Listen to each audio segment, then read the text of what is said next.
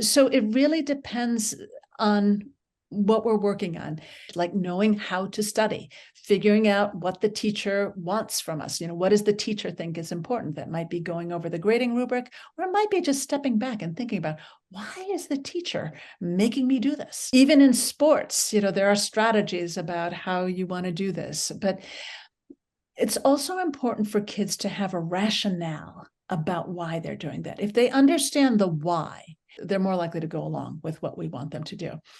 And often, rather than us telling, we want to ask, why do you think this is important? Why do you think this matters? And then they can do that. And the strategy might be something that a teacher teaches them, or it might be something that we can teach them.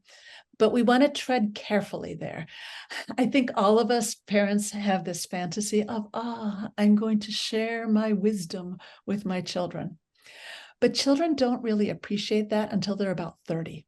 So, sometimes they just want us to be there with them.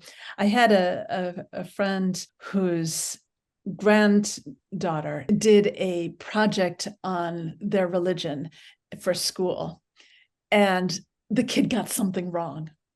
But she showed it to her grandmother, and it was very clear that she just wanted grandma to be delighted on that. So my friend got scars on her tongue from biting it because she's like, oh, but it's wrong. But that was not the time to correct the kid. The kid was looking for delight rather than feedback. And later on, she did explain whatever it is, but not in that moment. And that can be a useful question to ask for our kids. So they say, can you look at my whatever it is? And you can ask, are you giving it to me just to share it with me, or are you wanting feedback? And if the kid says, I'm just sharing it, we've got to respect that. The teacher or the coach or whoever will correct them.